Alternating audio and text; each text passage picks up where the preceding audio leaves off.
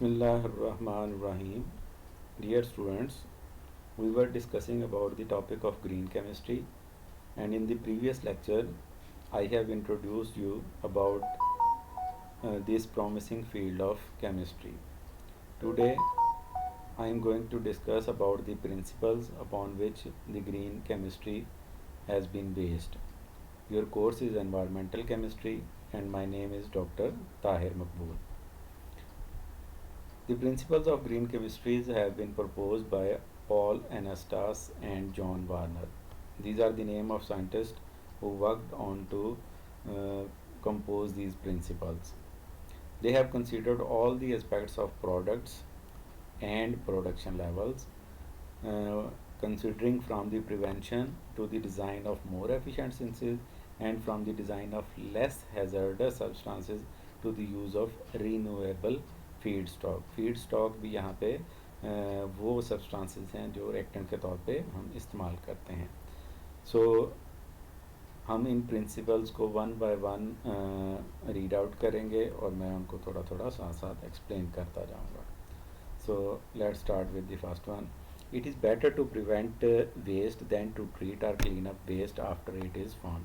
याद है ये पॉइंट हमने क्लीनर प्रोडक्शन के अंदर भी डिस्कस किया था कि आप बजाय इसके के क्लीनर प्रोडक्शन और सस्टेनेबल डेवलपमेंट में डिस्कस किया था कि बजाय इसके के वेस्ट या टॉक्सिकेंट या पोल्यूटेंट एक दफ़ा प्रोड्यूस हो जाए फिर आप उसको ट्रीट या क्लीन अप के लिए कोई प्रोसेस डिज़ाइन करें, उसकी बजाय आप उसको मेथड ही ऐसा डिज़ाइन करें, ऐसा प्रोसेस डिज़ाइन करें जिसकी वजह से उस वेस्ट का बनना जो है क्या हो जाए, या तो मिनिमम हो जाए या फिर बिल्कुल ओमिट हो जाए. पहला प्रिंसिपल जिसके ऊपर ग्रीन केमिस्ट्री बेस करती है वो इसी जो क्लीनर प्रोडक्शन के ऊपर को डायरेक्टली रिलेट करता है कि आप वेस्ट को प्रिवेंट करें, यानी कि इसके रूट काज को जो है ना एड्रेस करें in order to prevent the waste. Second principle, synthetic methods should be designed to maximize the incorporation of all materials used in the process into the final product. अब ये atom economy पे है, ये भी हम discuss करेंगे इंशाल्लाह next lecture में. अब मेथड जो है वो इस तरह का होना चाहिए कि जो मटेरियल्स आप as a reactant as a starting materials use कर रहे हैं वो 100% ऑलमोस्ट 100% जो है वो प्रोडक्ट के अंदर कन्वर्ट हो जाएं आपके प्रोसेस के ज़रिए, ताकि एट द एंड आपको ऐसी बाय प्रोडक्ट ना मिले जो आपको जिसको डिस्पोज ऑफ करना या जिससे जान छुड़ाना आपके लिए मुश्किल हो, या फिर अगर कोई बाई प्रोडक्ट बनती भी है तो इट शुड बी मार्केटेबल, ताकि आपकी जो मेथड है सिंथेटिक मेथड वो अपनी मैक्सिमम यील्ड दे सके. इसको एटॉमिक इकोनॉमी भी कहते हैं. इसकी एक एग्जांपल भी हम डिस्कस करेंगे इंशाल्लाह नेक्स्ट लेक्चर के अंदर. Third principal is when ever practical synthetic methodologies should be designed to use and generate substances that possess a little or no toxicity to human health and environment. अब definitely industry के अंदर कोई ना कोई चीज़ आपने produce करनी है, manufacture करनी है, और ज़्यादातर मैन्युफैक्चरिंग के लिए जो रॉ मटेरियल है उसकी सिंथेसिस के लिए या डायरेक्ट अगर आप केमिकल इंडस्ट्री के ऊपर चले जाएं तो डायरेक्टली मुख्तलिफ केमिकल रिएक्शंस इन्वॉल्व होते हैं. तो वो सिंथेटिक मेथड आप इस्तेमाल करें जो कि प्रैक्टिकेबल भी हो और ऐसे सब्सटेंस को प्रोड्यूस करे जो कि जिसकी टॉक्सिसिटी ना हो, यानी कि वो बिल्कुल नॉन टॉक्सिक हो या वेरी लिटल टॉक्सिसिटी हो टुवर्ड्स ह्यूमन हेल्थ. डायरेक्टली अगर हम देखें ह्यूमन हेल्थ की तरफ या फिर इनडायरेक्टली देखें तो वो एनवायरनमेंट को डैमेज ना करे, क्योंकि अल्टीमेट उसका इफेक्ट जो है वो ह्यूमन हेल्थ के ऊपर आना होता है. तो ऐसी प्रोडक्ट जो कि टॉक्सिक हैं उनसे आप क्या कर लें, जान छुड़ा लें. जिस तरह पॉलीथीन के शॉपिंग बैग जो है अब ये एनवायरनमेंट के लिए प्रूव्ड हो गया कि ये बहुत ज़्यादा टॉक्सिक है, इसका डिस्पोज़ल भी बहुत ज़्यादा मतलब मुश्किल है, प्रॉब्लमेटिक है. तो अब क्या कर रहे हैं आप देख रहे हैं कि मुख्तलिफ कंट्रीज़ ने शॉपिंग बैग के ऊपर क्या कर दिया, बैन कर दिया है. तो दूसरे लफ्ज़ों में ये जो टॉक्सिक मटेरियल था इसको हमने क्या कर लिया, क्योंकि ये ह्यूमन हेल्थ के लिए टॉक्सिक था, एनवायरनमेंट के लिए टॉक्सिक था, तो हमने इस प्रोडक्ट से जान छुड़ा ली। तो ऐसी मेथडोलॉजी डिज़ाइन की जाए जो ऐसे सब्सटेंस प्रोड्यूस करें जो कि लिटल और नो टॉक्सिसिटी शो करें।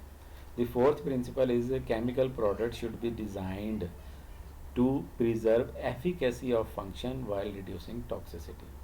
अब यहाँ पे ये है कि केमिकल प्रोडक्ट्स आपने ऐसी डिज़ाइन करनी है, ये ना हो कि आप प्रोडक्ट डिज़ाइन कर लें, एक पहले प्रोडक्ट है जो कि ज़्यादा टॉक्सिक है, उसकी अल्टरनेटिव के तौर पे आपने एक नई प्रोडक्ट डिज़ाइन कर ली लेकिन उसकी एफिकेसी ही नहीं है। आपको सपोज़ कोई मेडिसन है, कोई सपोज़ फंगीसाइड है, कोई हर्बिसाइड है, कोई पेस्टिसाइड है, कोई इंसेक्टिसाइड है, तो आपने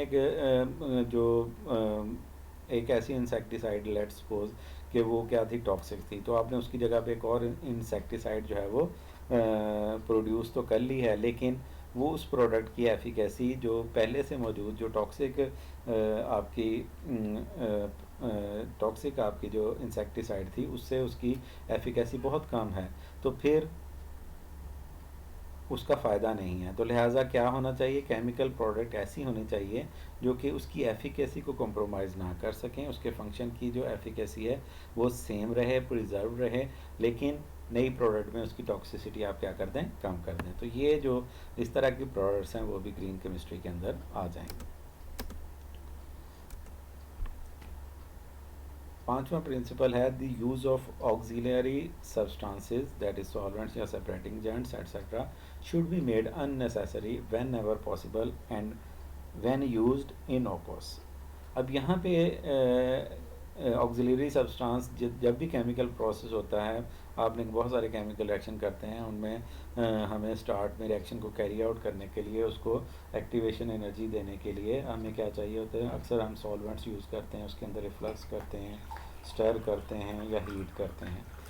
सेकेंडली जब प्रोडक्ट हमारी बन जाती है, फिर उस प्रोडक्ट को वर्कअप करने के लिए भी हम मुख्तलिफ़ तरह के सेपरेटिंग एजेंट्स यूज़ करते हैं, सॉल्वेंट एक्सट्रैक्शन करते हैं, क्रोमेटोग्राफी करते हैं, उसके अंदर मुख्तलिफ सॉल्वेंट्स यूज़ कर सकते हैं। तो ये सारे सब्सटेंसेस को हम ऑक्सिलरी सब्सटेंसेस कहते हैं, जो कि समझने के मतलब एडिशनल सब्सटेंसेस होते हैं, मेन रिएक्टेंट्स नहीं होते। तो इनका इस्तेमाल जो है वो कम से कम करना है, शुड बी मेड अननेसेसरी, यानी कि इनको कोशिश करें कि ये इस्तेमाल ही ना हो जहाँ मुमकिन हो सके, और अगर इस्तेमाल हो तो इस तरह के ऑक्सिलरी सब्सटेंसेस, इस तरह के सॉल्वेंट्स इस्तेमाल किए जाएं जो कि इनऑक्वस हों, यानी कि जो कि हार्मफुल ना हों, सेफ़ हों। तो ये प्रिंसिपल भी उसी के अंदर आता है। सपोज़ आपने एक्सट्रैक्शन करनी है तो कोशिश करें as a water as a medium इस्तेमाल करें, एज अ सॉल्वेंट इस्तेमाल करें। आपने रिएक्शन करना है तो सॉल्वेंट की बजाय सॉल्वेंट फ्री सिंथेसिस की तरफ जाएं। फॉर एग्जांपल आप माइक्रोवेव रेडिएशन कर लें, आप अल्ट्रासोनिक सिंथेसिस की तरफ चले जाएं, तो ताकि आप मैक्सिमम सॉल्वेंट को क्या कर सकें, अवॉइड कर सकें। और अगर इन केस यूज़ भी करना पड़े तो ऐसे सॉल्वेंट इस्तेमाल करें जिनकी रिकवरी जिनको रीयूज़ करना, जिनको रिकवर करना आसान हो और वो ज़्यादा टॉक्सिक ना हो।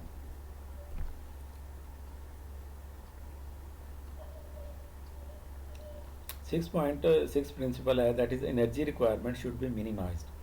Synthetic method should be conducted at ambient temperature and pressure. आपके पास सपोज दो प्रोसीजर हैं, एक प्रोसीजर के अंदर आप ए और बी को रिएक्ट करवा रहे हैं in order to get your product, और उसके अंदर आपको 5 घंटे का रिफ्लक्स है अंडर सपोज एथानॉल के अंदर या किसी भी बॉइलिंग सॉल्वेंट के अंदर आपको 5 घंटे के लिए वो टेम्परेचर मेंटेन करके रिफ्लक्स करना पड़ता है, फिर जाके वो रिएक्शन होता है। जबकि दूसरा एक आपके पास वो प्रोसीजर है जिसमें ए और बी रिएक्ट कर जाते हैं only at room temperature, just आप उनको स्टर करते रहें। तो अब यहाँ पे क्या है, दूसरा प्रोसीजर जो है वो ग्रीन केमिस्ट्री के अंदर आ जाएगा। क्यों? क्योंकि वहाँ पे आप एम्बिएंट टेम्परेचर यानी कि जो रूम टेम्परेचर है उसी के ऊपर और रूम प्रेशर के ऊपर, एटमॉस्फेरिक प्रेशर के ऊपर वो रिएक्शन कर रहे हैं। तो ये दोनों चीज़ें जो हैं, यानी कि एनर्जी का यूज़ जो है आपने क्या कर दिया, मिनिमम कर दिया, ठीक है, ताकि थर्मल पोल्यूशन क्या हो सके, मिनिमम से मिनिमम हो सके, और उसके जो इम्पैक्ट्स हैं एनवायरनमेंट के ऊपर उनको आप उनसे जान छुड़ा सकें। सेवंथ प्रिंसिपल है a raw material should be renewable rather than depleting when ever technically and economically practical. अब रॉ मटेरियल से बाद आपके स्टार्टिंग मटेरियल्स हैं जिनको आप यूज़ करके कोई प्रोडक्ट बनाते हैं। इंडस्ट्रियल लेवल पे उनको जनरल टर्म्स में आप रॉ मटेरियल कह सकते हैं। तो ये ऐसे रॉ मटेरियल इस्तेमाल करने चाहिए जो कि रीन्यूएबल हों, उसकी बजाय ये कि वो ख़त्म हो जाने वाले हों। तो ऐसे रॉ मटेरियल इस्तेमाल करें जिनको आप रेनोवेट कर सकें जहाँ जहाँ पे टेक्निकली या इकोनॉमिकली पॉसिबल हो। ठीक है। Unnecessary derivatization, that is blocking growth protection slash deprotection, should be avoided whenever possible. अब यहाँ पे जो लोग सिंथेसिस के ऊपर काम कर रहे हैं, आप लोग भी आगे जाके स्पेशलाइजेशन ऑर्गेनिक में जो लोग आएंगे और फिर एमफिल वगैरह करेंगे तो वो सिंथेटिक, काफ़ी सारे लोग सिंथेटिक ऑर्गेनिक केमिस्ट्री के ऊपर काम करेंगे। तो फिर प्रोटेक्शन और डी प्रोटेक्शन एक स्टेप होता है जिसके अंदर हम क्या करते हैं कि एक फंक्शनल ग्रुप है, किसी एक आपका सबस्ट्रेट है जिसके ऊपर more than one functional group मौजूद हैं। आप चाहते हैं कि एक फंक्शनल ग्रुप जो है वो रिएक्ट ना करे, दूसरा कर जाए, तो आप एक फंक्शनल ग्रुप को क्या कर लेते हैं, प्रोटेक्ट करते हैं। प्रोटेक्ट करने के लिए हम क्या करते हैं, कोई रीजेंट से ट्रीट करवाते हैं और उसको मॉडिफाई कर लेते हैं, और फिर हम अपने रिक्वायर्ड साइट के ऊपर रिएक्शन करने के बाद अगले स्टेप में फिर उसको क्या करते हैं कि एक और रीजेंट से ट्रीट करते हैं और उसको दोबारा सेम फंक्शनल ग्रुप को क्या करते हैं, रिकवर करते हैं। तो इसको कहते हैं प्रोटेक्शन एंड प्रोटेक्शन। एक दफ़ा प्रोटेक्शन अगर आपने करनी है तो दो स्टेप ऐड हो जाते हैं। तो ये एक ऐसा रूट जिसके अंदर आपको प्रोटेक्शन या डी प्रोटेक्शन करनी पड़े तो उसको हम अननेसेसरी डेरिवेटाइजेशन करते हैं, क्योंकि जितने स्टेप्स सिंथेटिक मेथड के अंदर इंक्रीज़ होते जाएंगे उतनी उसकी यील्ड जो है वो कम होती जाएगी। दूसरे लफ्ज़ों में उतनी एटम इकोनॉमी क्या होती जाएगी, कम होती जाएगी। तो अननेसेसरी डेरिवेटाइजेशन हमें अवॉइड करनी चाहिए। ऐसा रूट, ऐसा सिंथेटिक प्रोसीजर इस्तेमाल करना चाहिए जिसके अंदर हमें ब्लॉकिंग ग्रुप, प्रोटेक्टिंग ग्रुप या डी प्रोटेक्शन जो है वो इस्तेमाल ना करना पड़े। सो ये नौवां प्रिंसिपल है, that is catalytic reagent as selective as possible are superior to stoichiometric reagent. Stoichiometry आपने पढ़ी होगी एफएससी के अंदर। तो कुछ रीजेंट्स होते हैं जो कि हम स्टॉकियोमेट्रिक अमाउंट में लेते हैं, यानी कि आप रिएक्टेंट्स के मोल रेशो के इक्वल, आपने एक मोल रिएक्टेंट लिया तो आपको एक मोल ही वो दूसरा रीजेंट इस्तेमाल करना पड़ेगा। ये आप कह लें कि स्टॉकियोमेट्रिक रीजेंट है, यानी कि सेम अमाउंट में। और कुछ रीजेंट ऐसे होते हैं जो हम कैटलिस्ट के तौर पर यूज़ करते हैं, यानी कि उनकी बहुत मिनिमम अमाउंट हम यूज़ करते हैं with relative to the amount of reactant. क्यों? क्योंकि वो कैटलिस्ट क्या होते हैं कि वो मैकेनिज़्म के अंदर इस्तेमाल होते हैं, आपके एक रिएक्टेंट के मालिक्यूल को प्रोडक्ट में कन्वर्ट करके दोबारा रिकवर हो जाते हैं, फिर अगले रिएक्टेंट के मालिक्यूल को प्रोडक्ट में कन्वर्ट करते हैं, और इस तरह ये साइकिल जो है चलता रहता है। अब कैटलिस्ट जितना सिलेक्टिव होगा उतना ही वो आपको मिनिमम अमाउंट में यूज़ करना पड़ेगा। सो कैटालिटिक रीजेंट का मतलब वो रीजेंट जो मिनिमम अमाउंट में यूज़ कर सकते हैं उनको आपने प्रेफर करना है, वो सुपीरियर हैं, बजाय इसके कि वो रीजेंट इस्तेमाल करें जो कि इक्विमोलर रेशो या more than one mole ratio जो है आपको इस्तेमाल करना पड़े।